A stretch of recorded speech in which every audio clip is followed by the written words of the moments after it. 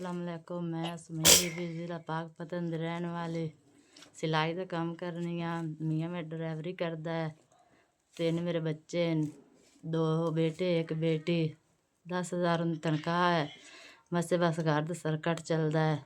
हमसायां दी machine लई हुई है, वो बस आंदे साड़ी मशीन दे दो। तो सिलाई कपड़े करने हैं, 200 दिंदे न सिलाई सानू। तो इस वजह तो मियाँ ने मशीन लै देवां। 10,000 तनख्वाह है, घर दा सर्कट चलावां ते मशीन लै देवां। मियाँ मेरी तनख्वाह है 10,000 ते मैं मशीन लै देवां। 10,000 तनख्वाह है ते 20,000 दी मशीन किदू लै देवां। उं'दे मेरी इतनी गुंजाइश नहीं है। ते हमसाए तंग कीती खले उं'दे साड़ी मशीन देओ। ते बस मैं नहीं चलो होवे ते कपड़े शपड़े बंदा सीती रखसी। सिलाई घर दा सर्कट चला रहा। निक्के निक्के बच्चे न, पेट साढ़ा निकलदा रहा।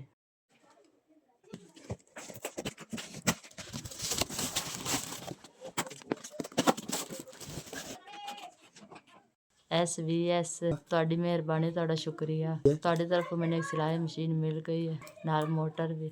ਤੁਹਾਡੀ ਬੜੀ ਮਿਹਰਬਾਨੀ। ਅੱਲਾਹ ਪਾਕ ਤੁਹਾਨੂੰ ਗਣਾ ਦੇਵੇ। SVS ਅਸੀਂ ਬੜੇ ਖੁਸ਼ ਹਾਂ।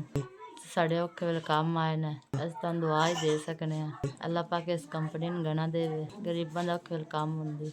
SVS ਤੁਹਾਡੀ ਮਿਹਰਬਾਨੀ।